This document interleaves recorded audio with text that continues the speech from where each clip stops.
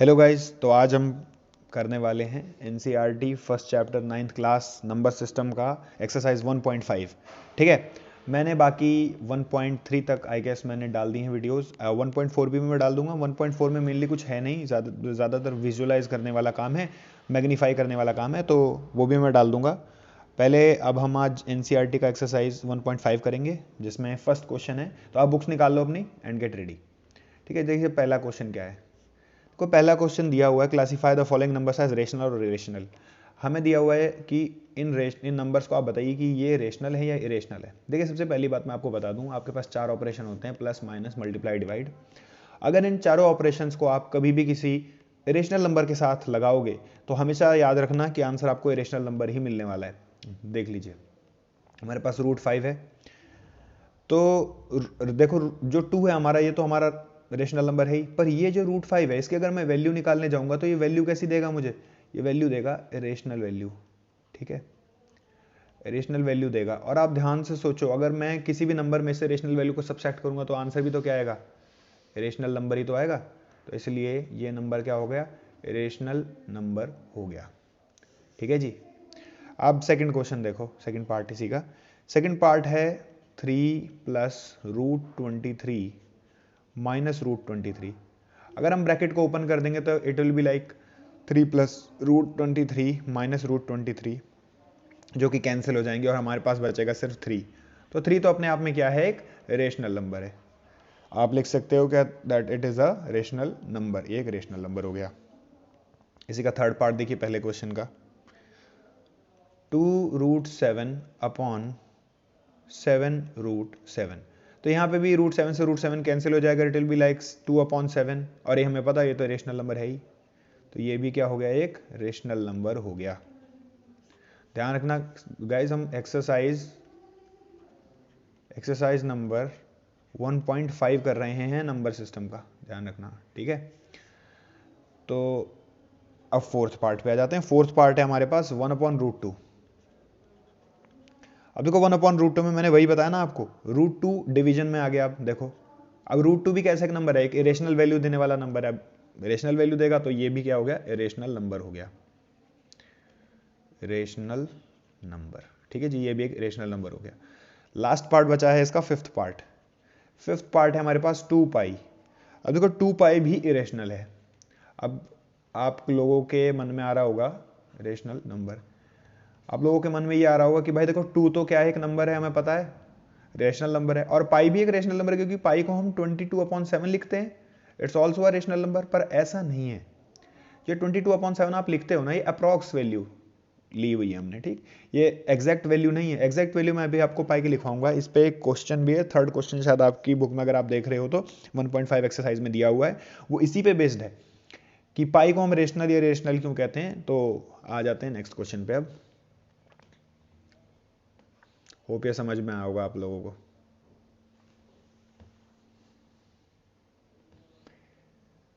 So next question है हमारा, simplify each of the following expressions. अब इन्हें सिंप्लीफाई करना है, तो ये तो इजी है, आप लोग कर ही लोगे, मैं भी करवाता हूँ, बस देखते रहिए। सेकंड क्वेश्चन का फर्स्ट पार्ट है, हमें दे रखा है 3 प्लस √3 और 2 प्लस √2। देखिए सिंपल सी बात है, या तो आपको एक फॉर्मूला पहले करवाया गया था, याद हो अगर आपको x+a x+b वाला, वैसे। ठीक, अब इसमें तो दोनों ही अलग अलग टर्म्स हैं, तो आप सिंपल मल्टीप्लिकेशन कर दो, नो प्रॉब्लम। ठीक है, तो हम क्या करेंगे, 3 into 2 plus √2 plus √3 into 2 plus √2। तो हमारा आंसर क्या आ जाएगा, 3 2 जा 6 plus 3√2 plus 2√3 plus √6। This will be your answer. ठीक है, इसे अब आप फर्दर सॉल्व नहीं कर सकते, देखो रूट हमारे पास 2 है यहाँ पे, और यहाँ पे √3 है, और यहाँ पे √6 है, तो इसे फर्दर सॉल्व तो कर नहीं सकते हम, तो दिस इज आवर आंसर। ठीक, यही हमारा आंसर हो गया। इसका सेकंड पार्ट देखो, इसका सेकंड पार्ट है हमारे पास, सेकंड पार्ट है 3 प्लस √3 और 3 माइनस √3। अभी यहाँ पे आपको क्या करना है, एक आइडेंटिटी यूज करनी है जो हमने 8th क्लास में पढ़ी थी, अगर आपको याद हो, a plus B a minus B, ये आइडेंटिटी आपने पढ़ी होगी। और इस आइडेंटिटी के अकॉर्डिंग क्या होता है, इसका कॉम्पैक्ट फॉर्म होता है a² माइनस b²। तो आप वही करोगे, यहाँ पे 3 तो a बन जाएगा और √3 b बन जाएगा, तो हम क्या करेंगे, a² माइनस बी स्क्वायर, तो 3 3 सा तो 9 हो जाएगा, और 9 माइनस 3 आपका आंसर आ जाएगा 6। ये हमारा आंसर है। ठीक है जी, ये हमारा आंसर आ गया। नेक्स्ट क्वेश्चन पे आ जाते हैं, नेक्स्ट पार्ट पे। इसका नेक्स्ट पार्ट है √5 + 2, √5 + √2 का होल स्क्वायर। अब अगर आपको पता हो तो इसमें भी एक आइडेंटिटी है हमारे पास, जो कि है a + b होल स्क्वायर की आइडेंटिटी। तो it will equal to a² + b² + 2ab, and that's what we are going to do. वही करेंगे हम। क्या करेंगे? a² 5 का स्क्वायर प्लस b² √2 का स्क्वायर प्लस 2 × √5 × √2। ठीक है, अब √5 का स्क्वायर करोगे तो 5 आ जाएगा, और √2 का स्क्वायर करोगे तो 2 आएगा। ऐसा क्यों होता है? ऐसा इसलिए होता है क्योंकि √5 × √5 ये हमें वैल्यू देता है 5। ठीक है जी, और ऐसे ही √2 × √2 2 की वैल्यू देगा प्लस। और ये भी क्यों होता है? आपने एक्सपोनेंट एंड पावर्स वाले चैप्टर में शायद पढ़ा भी होगा। 2 × अब यहाँ पे रूट में ये वैल्यू, तो मल्टीप्लाई करोगे तो √10 बन जाएगा, ऐड करोगे तो 7 + 2 √10 आ जाएगा।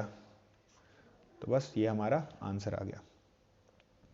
जिन लोगों को ये नहीं पता हमने √10 कैसे लिखा, देखो ध्यान से कि ये जो हमारी रूट वाली वैल्यूज होती है ना, उन्हें अगर हमारे पास √5 × √2 है, तो सपोज अगर √a × √b होता है ना, तो हम क्या करते हैं, उन्हें एग्जैक्ट एक साथ लिख सकते हैं ऐसे।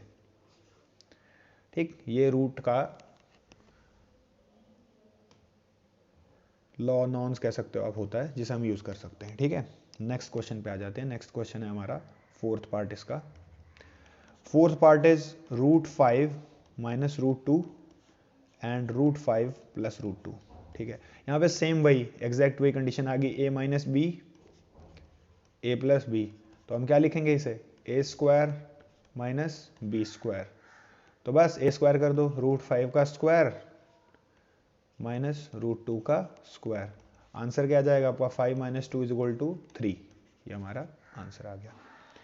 ठीक है जी, इसी के साथ आपका ये वाला क्वेश्चन भी कंप्लीट हो गया। अब हम आ जाते हैं थर्ड क्वेश्चन पे। देखो थर्ड क्वेश्चन क्या कह रहा है। देखो थर्ड क्वेश्चन जो है ना, वो थोड़ा सा स्टेटमेंट वाला क्वेश्चन है। तो देखिए क्या लिखा हुआ है। Recall pi is defined as the ratio of the circumference say C of a circle और to its diameter say D, that is pi is equal to c upon d. This seems to contradict that fact. Pi is rational. How will you resolve this contradiction? ठीक है, हमें contradiction को resolve करना है। इसने बोला है कि pi is defined as the ratio of the circumference, ठीक है, of a circle to its diameter. circumference को c बोल दिया है और diameter को d बोल दिया है, कि जो pi है ये रेशियो है circumference का और diameter का। तो c और d, अब इसमें से हम कैसे निकालेंगे? देखिए आपको ये कॉन्ट्राडिक्शन जो है निकालना है, खत्म करना है कि this seems to contradict that pi is rational, कि एक पाई रेशनल नंबर है। अब हम इसमें क्या कह सकते हैं कि देखिए it does contradict that fact that pi is rational when we measure a length with scale on any other device we can only obtain approximate rational value but not exact value. Accordingly, we may not realize which one, either c or d is rational. So pi is equal to c upon d. तो देखिए इसमें जो इसने पाई की value दे दी है c upon D की, कहना ये चाह रहा हूं मैं, देखिए pi is equal to c upon D दिया हुआ है। अब ध्यान से देखिए, पाई इरेशनल है अगर, तो अगर हम स्केल से कोई भी वैल्यू को मेजर करेंगे, देखिए ये तो डायमीटर है और ये है सर्कमफेरेंस, और दोनों लेंथ होती हैं। ठीक है जी, दोनों लेंथ ही हैं अगर आपको पता हो तो। इस पे देखो कभी मीटर स्क्वायर नहीं लगाते या फिर सेंटीमीटर स्क्वायर नहीं लगाते जब भी हम सर्कमफेरेंस निकालते हैं, और डायमीटर तो आपको पता है मीटर सेंटीमीटर जिसमें भी होता है रेडियस का डबल। तो इन दोनों में हम कभी भी क्या है, मीटर स्क्वायर सेंटीमीटर स्क्वायर नहीं लगाते, तो दे आर लेंथ। अगर ये लेंथ है, अगर आप इन्हें स्केल से मेजर कर रहे हो, तो हम इसमें ये नहीं बता सकते कि इरेशनल है कौन सा, ये वाला कि ये वाला। ठीक है, स्टिल अगर हम पाई को इरेशनल मानते हैं तो आपका ये जो रेशो आएगा भी इरेशनल ही होगा, है कि नहीं है? तो अगर हम वैल्यू निकालने भी बैठे पाई की, तो पाई की जो एग्जैक्ट वैल्यू होती है ना, वो कुछ ऐसी होती है 3.1415926 ऐसे करके होती है कुछ। ठीक है, ये होती है पाई की वैल्यू। अब 22/7 को आप डिवाइड करके देख लो। अगर आप डिवाइड करोगे 22/7 को, तो आपके पास आएगी 3.14285714 ऐसे करके वैल्यू आएगी। तो अब अगर ध्यान से देखो, तो यहाँ पे तो 141 आ रही है, और यहाँ पे थर्ड प्लेस पे ही क्या हो रहा है, चेंज हो जा रहा है। रेशनल जो वैल्यू, मतलब ये जो पॉइंट में वैल्यू आ रही है चेंज हो जा रही है थर्ड प्लेस पे। देखो यहाँ पे पॉइंट से इधर, तो इससे हमें ये पता चलता है कि पाई 22/7 के इक्वल नहीं होता। ये हमने कैसी वैल्यू ली हुई है, अप्रॉक्स वैल्यू ली हुई है। हम यूज करने के लिए ये वाली वैल्यू ले लेते हैं। एग्जैक्ट जो पाई की वैल्यू होती है वो ये होती है, और पाई की वैल्यू एक नॉन एंडिंग नंबर है, खत्म नहीं होता, बहुत बड़ा, बहुत दूर तक चलता रहता है ये, ठीक है। तो इससे हम कह सकते हैं कि pi is a irrational number, ठीक है जी, दैट्स इट, बस यही था इसमें। अब लिख देना कि pi is a rational number. बाकी अगर आपको स्टेटमेंट लिखना है तो जो मैंने अभी बोला है, वीडियो को दोबारा से देखो, सुन लो और वो लिख लो, ठीक। फोर्थ क्वेश्चन है, बहुत इंपॉर्टेंट क्वेश्चन है, बच्चे इसमें बहुत कंफ्यूज हो जाते हैं कि हम बनाएं कैसे इसमें। देखो फोर्थ क्वेश्चन, इसने बोला है कि आपको रूट 9.3 को नंबर लाइन पर रिप्रेजेंट करना है। देखिए जो जो मैं करवाता जा रहा हूँ बस वो करते जाइएगा, आपका काम हो जाएगा, बस बिल्कुल एग्जैक्टली ऐसे ही करना है, ठीक है। अब देखो सबसे पहले क्या कर लो, आप नंबर लाइन ड्रॉ कर लीजिए। आपने कर ली नंबर लाइन ड्रॉ। ये मान लीजिए आप 9.3 मीटर की आपने नंबर लाइन ड्रॉ करी। ये जो लाइन आपने बनाई है 9.3 मीटर की बनाई है, ठीक है जी। ये भी हटा देता हूँ मैं। ये 9.3 मीटर की नंबर लाइन बना ली आपने। अब क्या है, इसे मैं बोल देता हूँ ए और इसे मैं बोल देता हूँ बी। तो ए बी जो है वो आपने 9.3 यूनिट की बनाई है, सेंटीमीटर मीटर कुछ नहीं, यूनिट की बनाई है, ठीक है। 9.3 यूनिट ऐसा समझ लीजिए। यहाँ पे भी नहीं लिखते इसे क्योंकि अभी हमें थोड़ा सा दिखाना पड़ेगा। यहाँ लिख लेते हैं A B is equal to 9.3 unit. A B 9.3 unit की हमने बना दी। अब आपको क्या करना है ना, थोड़ा सा इसे एक यूनिट, यूनिट मतलब एक जो गैप पड़ेगा आपके उसके नंबर उस पे स्केल पे, ठीक है, उतना ही जितना इन्हें मेजर करके बना होगा 9.3 पे उतना ही आगे बढ़ा दीजिएगा और इसे एक यूनिट सी पे बढ़ा दीजिएगा, ठीक है। तो अब आप ये कह सकते हो कि जो आपका ए सी है, जो आपकी लाइन ए सी बनी है, ये क्या है 9.3 + 1 यूनिट, ठीक है, मतलब 10.3 यूनिट के लगभग ये बन गई। उसके बाद आपको क्या करना है, आपको लेना है यहाँ पे आपको कंपास का अपना पिक रखना है, ठीक है, नेब रखिए यहाँ पे कंपास की। उसके बाद मोर देन हाफ मेजर करिए, मोर देन हाफ लगभग यहाँ पे पड़ेगा। एक आर्क यहाँ पे लगाइए, मतलब सिंपल सी बात, आपको परपेंडिकुलर बाइसेक्टर ड्रॉ करना है। फिर उसके बाद एक आर्क यहाँ लगाइए और यहाँ पे लगाइए, ठीक है, परपेंडिकुलर बाइसेक्टर ड्रॉ करना है आपको। फिर उसके बाद ऐसा कुछ आपका परपेंडिकुलर बाइसेक्टर ड्रॉ हो जाएगा। फिर उसके बाद ये जो परपेंडिकुलर बाइसेक्टर बना है यहां से लेके आपको एक सेमी सर्कल ड्रॉ कर लेना है, ठीक है जी, ऐसे सी तक सेमी सर्कल ड्रॉ हो जाएगा। सेमी सर्कल ड्रॉ कर लेना है। सेमी सर्कल ड्रॉ करने के बाद क्या करना है, यहाँ पे ये जो पॉइंट बी दिख रहा है आपको, यहाँ पे आपको 90 डिग्री का एंगल बनाना है, बिल्कुल स्ट्रेट, ठीक है। जब आप 90 डिग्री का एंगल बनाओगे तो यहाँ कट करेगा और इसे और एक्सटेंड कर लीजिए कहीं तक भी, ई तक कर लीजिए, ठीक है। यहाँ पे आप 90 डिग्री का एंगल बनाओगे तो ये जो है ये पॉइंट इस आर्क को कट करेगा यहाँ पे। फिर आपको कंपास से ये मेजर करना है अपने, ठीक है, और उसके बाद आपको एक आर्क और बनानी है और वो आर्क यहाँ पे कहीं काटेगी, ठीक है जी, वो आर्क यहाँ पे कहीं काटेंगे। सपोज इस पॉइंट पी कह देते हैं, और ये जो पी पॉइंट ऑब्टेन होगा यही होगा आपका रूट 9.3, ठीक है जी। अगर आ गया हो आपको समझ में तो इस तरीके से आपका रूट 9.3 लोकेट कर दिया जाएगा। समझ में आया? कोशिश करिएगा, अगर नहीं समझ में आया तो वीडियो को दोबारा देखिएगा। सबसे पहले मैं दोबारा से बता देता हूँ, सबसे पहले परपेंडिकुलर बाइसेक्टर ड्रॉ करो। परपेंडिकुलर बाइसेक्टर ड्रॉ करने के बाद सेमी सर्कल बनाइए। सेमी सर्कल बनाने के बाद ये जो पॉइंट बी है यहाँ से 90 डिग्री का एक एंगल आपको बनाना है, लाइन खींचनी है जो कि इस आर्क को इस पॉइंट पे कट करेगी। फिर यहाँ से आपको एक और आर्क ड्रॉ करनी है अपने कंपास से, और वो इसे यहाँ पे काटेगी लगभग, जो कि हमारा रूट 9.3 की वैल्यू होगी, यही हो जाएगा, ठीक है। ये जो गैप है ये सिर्फ 1 यूनिट का है, ध्यान रखना, 1 यूनिट बढ़ाया हमने सिर्फ इसे, ठीक है जी। यही हमें लाइन पे मिल जाएगा रूट 9.3। तो ये क्वेश्चन ऐसे होना था। आगे बढ़ते हैं अब नेक्स्ट क्वेश्चन की तरफ। हमारा नेक्स्ट क्वेश्चन है rationalise the denominators of the following, ठीक है, हमें रेशनलाइज करना है डिनोमिनेटर्स को। तो सबसे पहले हमारे पास 1/7, तो सबसे पहले समझ लीजिए आप रेशनलाइजेशन क्या है, अगर आपको नहीं पता हो तो सुनिए। देखिए रेशनलाइजेशन में क्या है कि हम ये जो रूट वाली वैल्यूज है ना, इसे हटाने की कोशिश करेंगे और इन्हीं सेम नंबर से मल्टीप्लाई करके आप देखो इसके एक दूसरी फॉर्म क्रिएट करेंगे, ठीक। देखिए अभी जब आपके पास सिंगल टर्म हो रेशनलाइजेशन करने के लिए तो उसी टर्म से ऊपर नीचे मल्टीप्लाई कर दीजिए, √7 / √7। तो आप लिख देना मल्टीप्लाई एंड डिवाइड बाय √7। तो जब मल्टीप्लाई करोगे आप तो ऊपर तो √7 बन जाएगा और नीचे 7 इंटू √7 7 बन जाएगा और दैट्स इट, ये हमारा आंसर है। तो ये पहला पार्ट था, ये बहुत इजी था। अगला देखते हैं। देखिए अगला पार्ट क्या है। अगला पार्ट बोल रहा है 1/√7 माइनस √6। हमेशा ध्यान रखना जब ऐसी वैल्यू मिले, और ये भी ध्यान रखना जब ये जो नंबर्स है ना अंदर, जैसे 7 और 6 है, 7 और 6 का डिफरेंस कितना है, सिर्फ 1 है, तब हमें क्या करना है, रेशनलाइजेशन करना है, इस साइन को चेंज करके जो हमारे पास टर्म आएगी उसी से मल्टीप्लाई डिवाइड करना है। तो हमें किससे मल्टीप्लाई डिवाइड करना है इस बार, 7 प्लस √6 अपॉन √7 प्लस √6 से मल्टीप्लाई और डिवाइड कर दिया हमने, ठीक है जी। तो ऊपर क्या बन जाएगा, ऊपर तो बन जाएगा √7 प्लस √6 ही, और नीचे क्या बनेगा, नीचे देखो ये बन गया a माइनस बी और a प्लस बी मल्टीप्लाई में, बन गया कि नहीं बन गया। इसे हम ऐसे लिखेंगे, मल्टीप्लाई में तो लिखा जाएगा √7 माइनस √6 और √7 प्लस √6, ये ऐसे मल्टीप्लाई में लिखा जाएगा।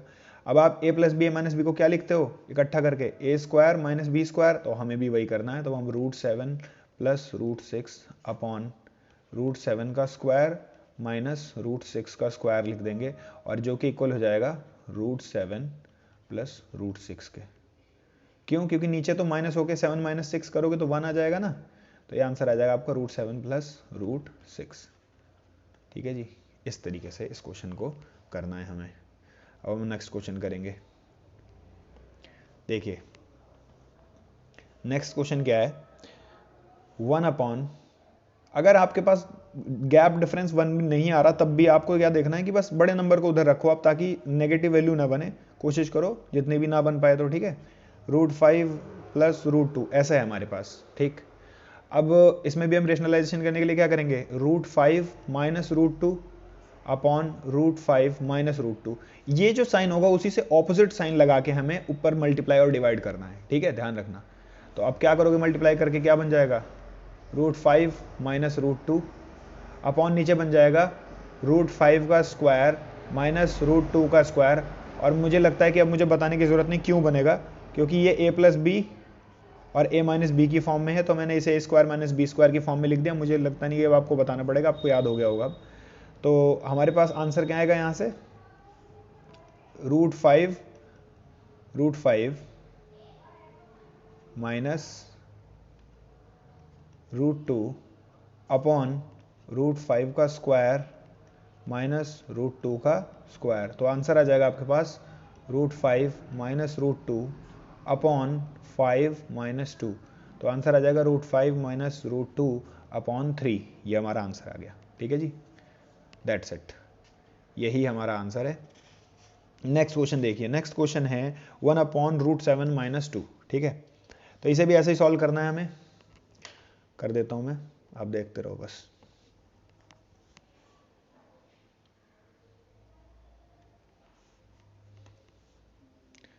देखिए लास्ट पार्ट है हमारा, लास्ट क्वेश्चन है इस एक्सरसाइज का, 1/√7 माइनस 2। तो आ जाते हैं, हमारा आ जाएगा 1/√7 minus 2 into √7 plus 2 upon √7 plus 2, ठीक है।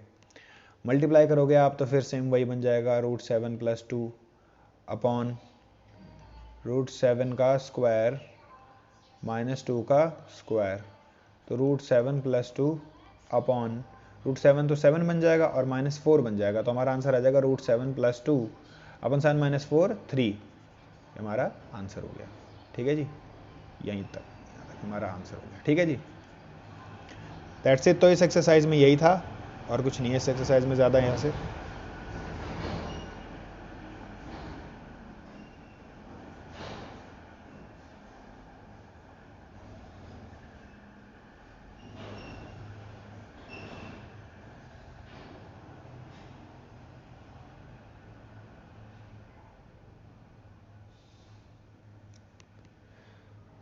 दैट्स इट, बस यही था इस एक्सरसाइज में। अब अगर आपको पाई वाला क्वेश्चन समझ में ना आया हो तो आप एक बार दोबारा वीडियो को देख लेना, बाकी जो वर्ड्स में लिखना है वो मैं लिखवा देता हूँ आपको, ठीक है।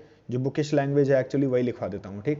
देखो थर्ड क्वेश्चन में आप लिख दीजिएगा, देखो पाई को ना रेशो दिया गया है, असल में किसका रेशो दिया गया है, सर्कमफेरेंस का और डायमीटर का रेशो। अब अगर आप पाई की वैल्यू निकालना चाहते हो तो क्या करोगे, आप इन्हें ही तो डिवाइड करोगे ना।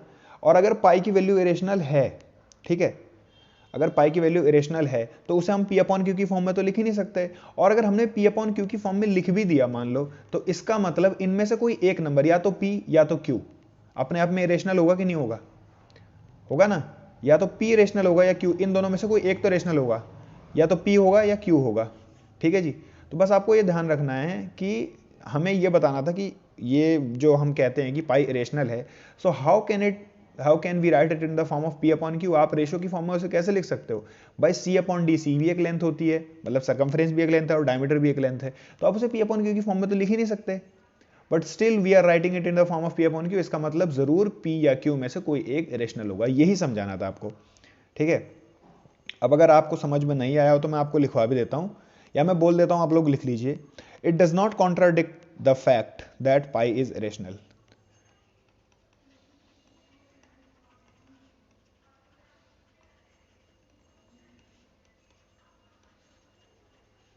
That pi is irrational. ठीक है।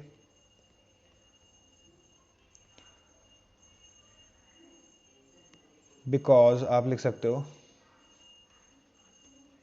both the C, D are lengths, and if we are writing it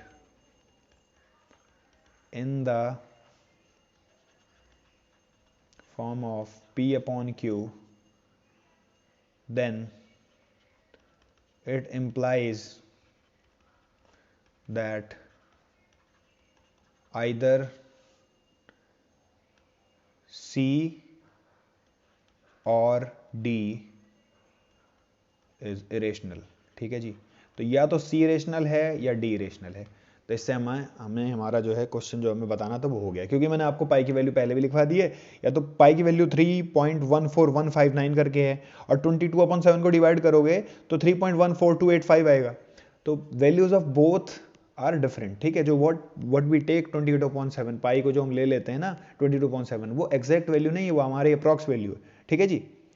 so that's it, आज के लिए इतना ही। अगर वीडियो अच्छी लगी हो तो लाइक कर देना और शेयर कर देना, ठीक है, अपने फ्रेंड्स के साथ।